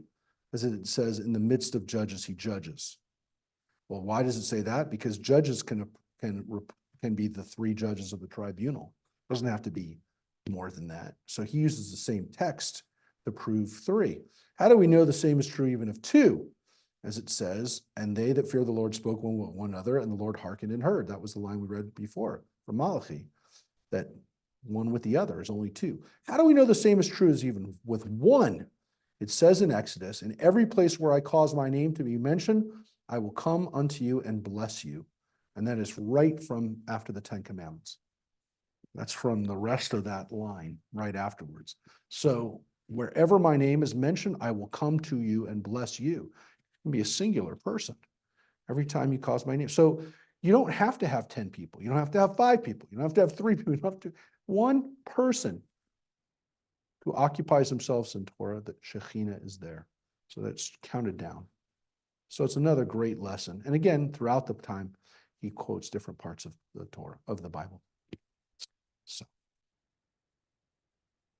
this next line. This is a weird one. Rabbi Elazar of Bartota said, give to him of that which is his, for you and that which is yours is his. And thus it says with regard to King David, for everything comes from you, and from your own hand have we given you. Rabbi Jacob said, if one is studying while walking on the road and interrupts his study and says, how fine is this tree, or how fine is this newly plowed field? Scripture accounts it as if him, again, he was mortally guilty, or again, has caused something bad on his soul. So you're not supposed to interrupt your study by talking about things that are not important. Now, again, you say, how beautiful is this tree? So it's not that you're not supposed to appreciate nature. You are, but you don't interrupt study to do that. We had Dodger talk before. Yes, we don't interrupt study with talk of Dodger talk. But again, this first part of it though is, yes, that's true. And you get an update. But this is a interesting idea though, that again, when you think about it, it doesn't really matter because that tree, that field, that everything is all from God. And that's what the first part of it tells us. That again, everything that we have is from God. And even David says that.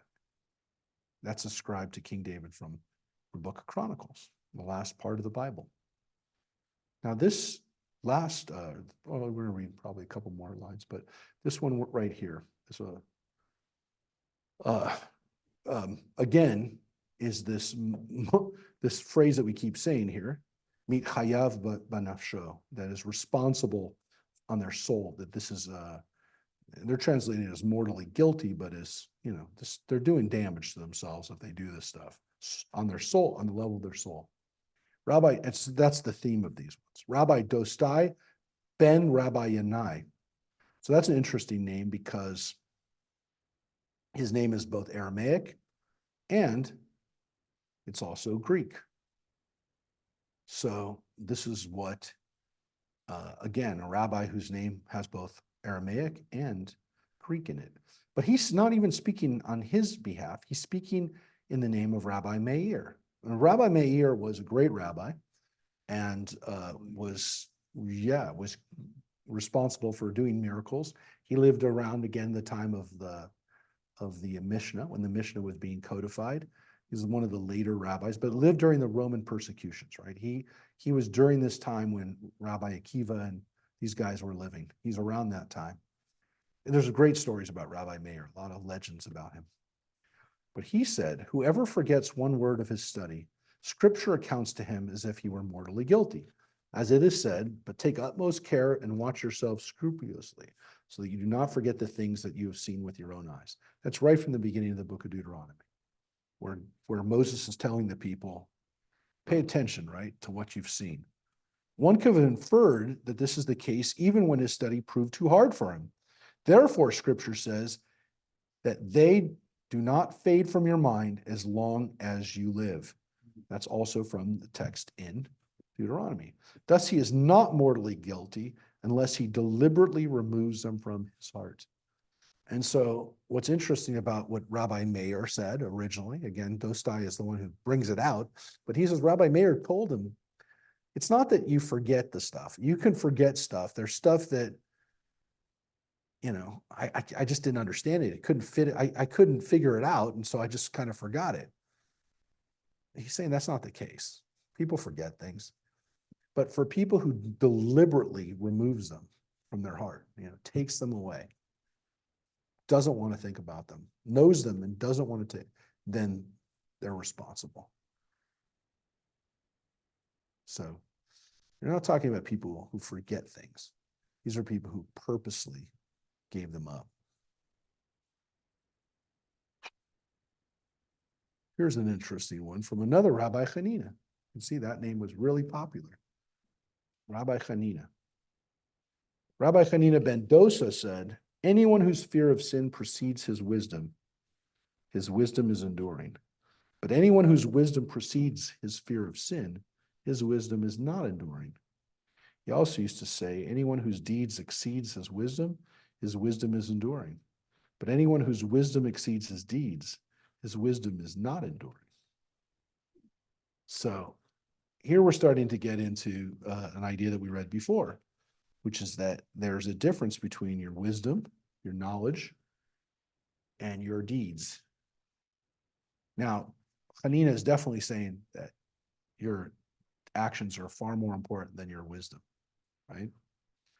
So your knowledge better be backed up by action. But he also is reminding people too,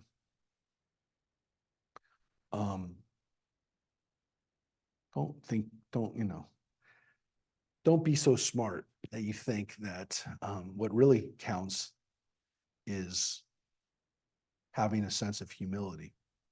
He says fear of sin, but he's really talking again more about your attitude on how you go about your life. Because if your wisdom, again, is something that you think is more important than your behavior, which is based on, again, this understanding that I don't want to do the wrong thing, I don't want to act immorally, then the person who knows a lot of Torah but is acting really badly thinks that at the end they're okay. Because I know so much Torah, I can do this. I can get away with this. And if your knowledge is beyond what your behavior is, it's not good. And if your knowledge is beyond what your actions are in a good way, it's also not good. So he's really saying it's not about your wisdom. Yeah, Jesse. I was just saying, isn't that kind of a way of continually pointing it back towards the physical, kind of like today? You have people who go, oh, well, I'm the expert, I'm college educated, and then they're just they just don't think about things. It's like you have to be this educated to be such an idiot. Yes. Where it's like, because well, for most of human history, we understood that the wise people, the ones who knew things, were the elders, because they've seen and done things, not just read things in a book. Right? Like the reason Yes. you think you're smart, high school, 25, something kid, is because you read a book written by an old guy who actually saw it happen, who did it. So it's that thing of. Yep. Yeah, Jess, you're absolutely right. It's like that. But what's so amazing about this isn't knowledge just of, we would say, information, right? This isn't just classical knowledge. This isn't just wisdom, intelligence. These are even apply to people who know the law, the religious law. That's what's so bold about this, is that he's saying all of those rabbis that are sitting there telling you, oh, I know, well, listen to what I can tell you the Torah tells you. That isn't impressive if it doesn't come first from a point of view of, geez, I hope I didn't do something wrong today. Now, again, it's not like you're supposed to constantly worry about screwing up, but what he's saying is there's a precedence. He's saying it comes before, right? Well, it's, My priority. like 2000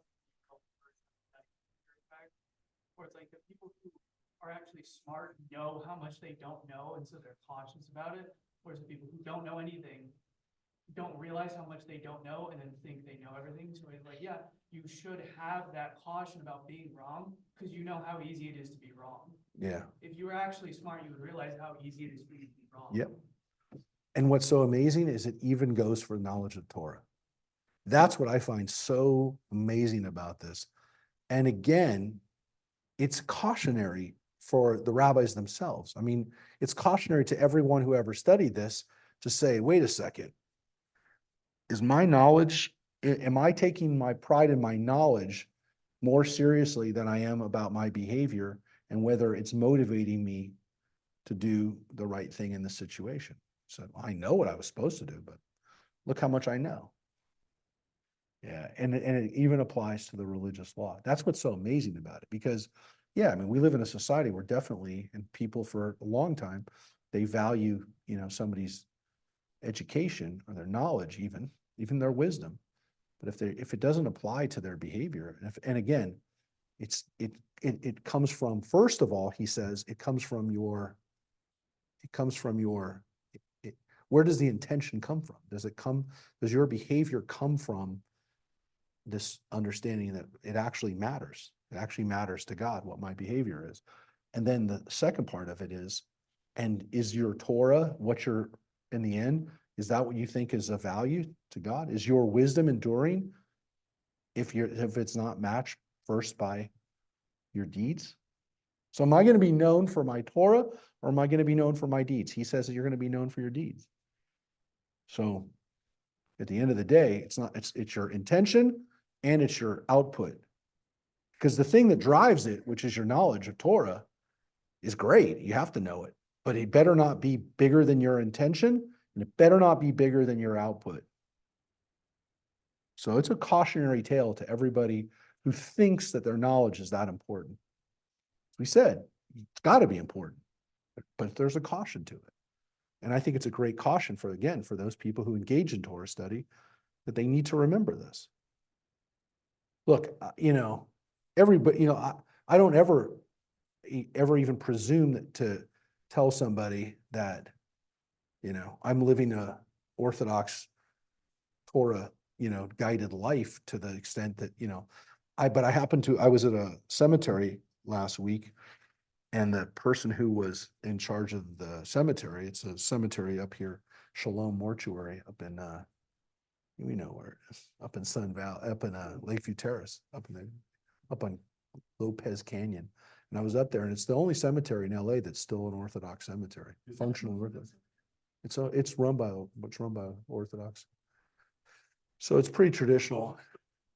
I didn't see him there, but he might have been, but I don't even know. I'm not sure, because the guy that I saw there was pretty religious. Maybe Moses. Maybe, but said to the guy that was working there, he was a younger guy, he was an Orthodox dude. And when we were done with the service, it was raining really bad. It was last Thursday, and it was raining really bad. And at the end of it,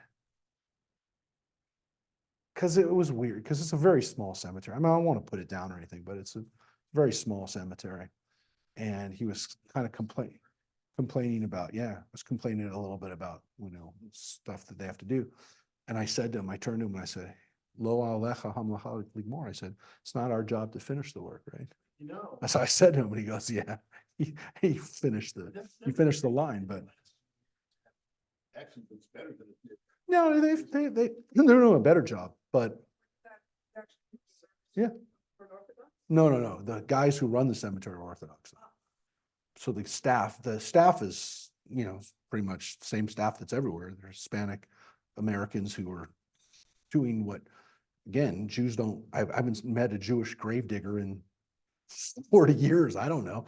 But the guy who runs the cemetery is actually Orthodox. So look, at Eden, I'll oftentimes be there, and occasionally at Mount Sinai, where, less Mount Sinai, but not one of the people that I interact with was Jewish.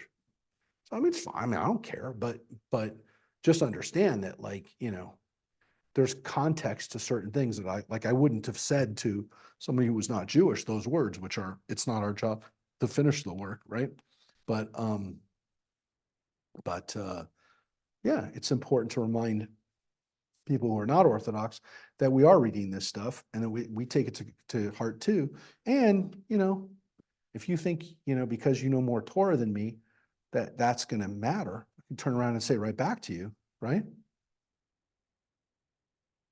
Ein chakmato mit kayemet, it's your wisdom's not enduring if it's not matched by action. I mean, that's what I say. Yeah. Are they doing it every day? Are they having a class every day? No. Not every day. Mondays and Thursdays for Torah study. right? Where? Torah study. Yeah, but they're not doing it. Does our Chabad have a class on Monday and Thursday? No, they don't. They don't? Their only synagogue in Santa Clarita that has classes every week is this one. The only one, Beth has classes on Tuesdays. not every Tuesday. Not every Tuesday, no, for 6 weeks right now. They're doing a seminar. They're doing a class. Yeah. I'm not knocking it. He brought it up and I answered, the only synagogue in Santa Clarita that offers regular Torah study every week is this one. It's a fact. There's not many in LA that do it. What else do you get? When they have Saturday, a regular Saturday morning.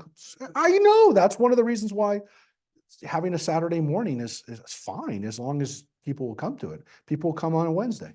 People come on a Tuesday. There's 20 people right now. Yeah.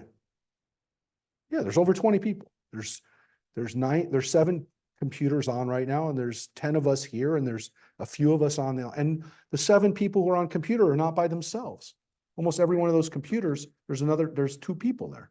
So again, when people are there, then again, I told you, it doesn't matter how many. It says the Shekhinah is there if one of us is here. That we just read that. So let's read another line, maybe 2 if we get to. I want to end on a good one that makes you feel good. He used to say, "One with whom God with." This is a good one. Let me read this very carefully.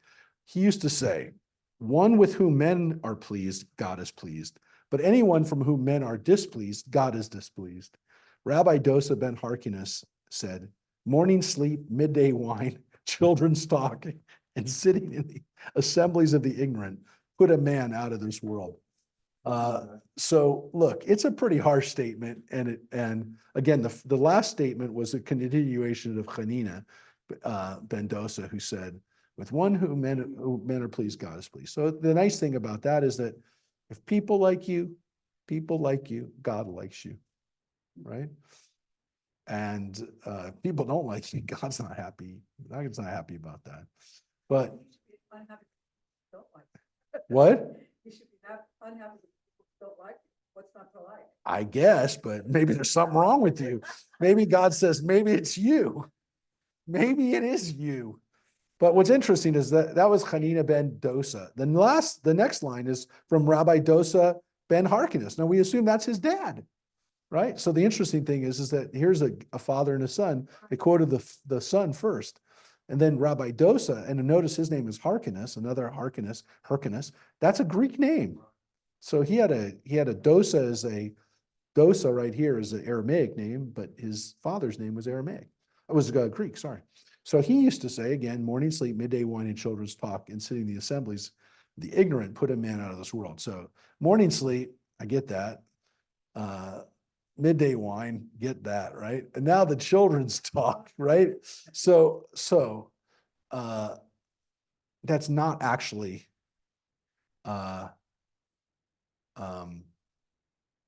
it's not actually what it says. Is it immature babbling? Yeah, it's a stupid, so Shichat Hayeladim is the lessons of the childlike. It's not, it could be children, but it's meant to be dumbing down, giving lectures for kids rather than substantial stuff. It's not, it's clear that it goes with the next line, which is sitting in the Beit Knesset of the Amei Haaretz, which they translate as the ignorant, but it's also not people who are following the rabbinic way, if you will. So it's hanging out with people who are not having substantial discussions, who are not, that are not engaged in the types of discussions that, look, there, to some extent, there is a class distinction here. The Amei Haaretz that the rabbis talk about are oftentimes considered the common person. But I want to make it clear, that was a distinction that they made from the standpoint of these people are just not engaged in what we're doing. Now, that didn't mean they were bad necessarily, but you don't want to be like that. It's not a good way to live. They weren't studying Torah, and they probably, again, were not living a Jewish life. Now, the interesting thing is, there are people in the world today who look at us as Amei Haaretz, as people of the world. The Am Haaretz is a distinction that would be used by some people as saying these people are not living a Torah observant life. So that's a reality. I mean, to some people, they view us as Am Haaretz. What's interesting again is, of course, that's an easy distinction for people to make if they think that most people are not engaged in higher level discussions. The reality is most Jews are not. So before we diminish what they say as being a distinction that's not fair, is it not fair? If I'm going to make distinctions in my own life, which we all do, about a group of people or a part of the community or these people who are this, and we make this distinction because 80% of them or 90% of them are doing that, yeah, we just made a prejudicial statement. We also are, we can be victims of that ourselves. You don't know that, or you don't maybe care about that, but there are people in the Jewish community who look down on us. Now, they don't know what we're doing. They don't know that we actually do study Torah, because they look at most Jews and they say, well, I know those people don't. You know, they have families too. They have families in the Orthodox world who are not Orthodox, and they know what their families are doing, and they know that they're not living religiously significant lives. They're not having important discussions about big issues. And so they say, who needs that? We've been saying this for thousands of years. This is 2,000 years ago. Rabbi Dosa told his son, don't hang around with people like that. Don't drink in the middle of the day. It's good advice. It's good advice. It's been Jewish advice for a long time. Don't sit in the middle of the day drinking alcohol. It doesn't say you can't drink alcohol ever. Just, you know, I'm just telling you, midday wine, he's saying it's not a good idea for you to be doing that. And again, these other things too. So, yeah, that's something to think about. That is I'll just read one more line so you don't go off with that one. I don't want you to be too scared, but this is an important one. Rabbi Elazar of Modi'in said, one who profanes sacred things and one who despises the festivals and one who causes his fellow's face to blush in public and one who annuls the covenant of our father Abraham, may he rest in peace. And he who is contemptuous of the Torah, even though he has to credit knowledge of Torah and good deeds, he has not a share in the world to come. Well, that's not a really nice thing, but I do want to tell you, we'll read one more. That what he's saying here, of course, is that you're not supposed to embarrass people. Well, that's good. So in addition to all the other stuff you're not supposed to do, you're not supposed to, you're not supposed to profane holidays and sacred things, and you're not supposed to be contemptuous of the Torah, but you're also not supposed to cause your fellow to blush. I think that's pretty important. Yeah. So this is an important idea. Not just religious observance, not just Torah knowledge and learning Torah, but not embarrassing people. So let's read this last one. Rabbi Ishmael said, be suppliant to a superior, submissive under compulsory service, and receive every man with joy, with happiness. I like that. This is an important idea, which again, why? Last line's good, submissive under compulsory service. Yeah. But is that how it's translated? Wait, you don't like that? I'm just saying, you know, I'm just. Wait, for full disclosure, John, what Compulsory service. did you, I volunteered. this dude was a Marine. what are you talking about? I understand, but you were also, I understand. Under voluntary, okay. Under compulsory service. Well, I mean, every, Back to the line about being submissive. I understand, but it's a good lesson not to rebel against people who are, you better listen to the order. Look, in Israel, they have compulsory military. You're not supposed to be submissive when submissive maybe is not the word, the best word, but you're supposed to be calm. You're supposed to be noach. You're supposed to be submissive is the wrong word. Peace, the word noach comes from the word to be like comfortable, not like I fine, but the general rule is you better answer to your authority. Have kol rosh. Listen to the voice of your authority, and also again, don't submissive. Okay, maybe a bad word, but Noach means the name Noach means to be calm. To be don't fight it, right? Don't fight your compulsion, the compulsion that you have to, that you're put into. Okay, fine, but anyways, be calm. Yes, that's the word. Be calm. Be calm with your superiors. All right, everybody. But again, most importantly, receive everybody with joy, with simcha. Be happy. Jump out of your skin when you see somebody. Be happy.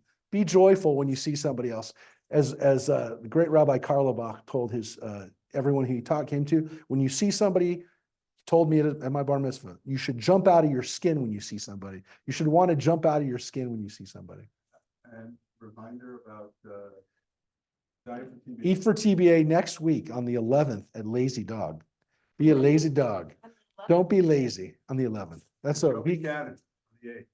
Wait, yeah, but the 11th is what is that? Is the fifth? What day is it? Maybe I'm wrong. 15th, 11th sorry. is a Sunday. The 11th is the next one. Sorry, don't listen to me. It's March 11th that you're supposed to put on Red Robin. Red Robin is March 11th. I already put that in your minds. Did we reach out to the other synagogues with Joe coming in? Joe Buchanan has been reached out. Yes, we've let everybody know. That's March 8th, not this week. Next February 15th. Yes, Lazy Dog, and March 11th is Red Robin. All right, everybody, especially those of you who are far away. We'll eat in your honor when we eat there next week. Thank you, everybody. We'll see you later. Thank you. Thanks, We receive you Rabbi. in joy. Thank you. Thank you. Right. Good night, all. Bye-bye. Bye. Bye, Goodbye. Joy.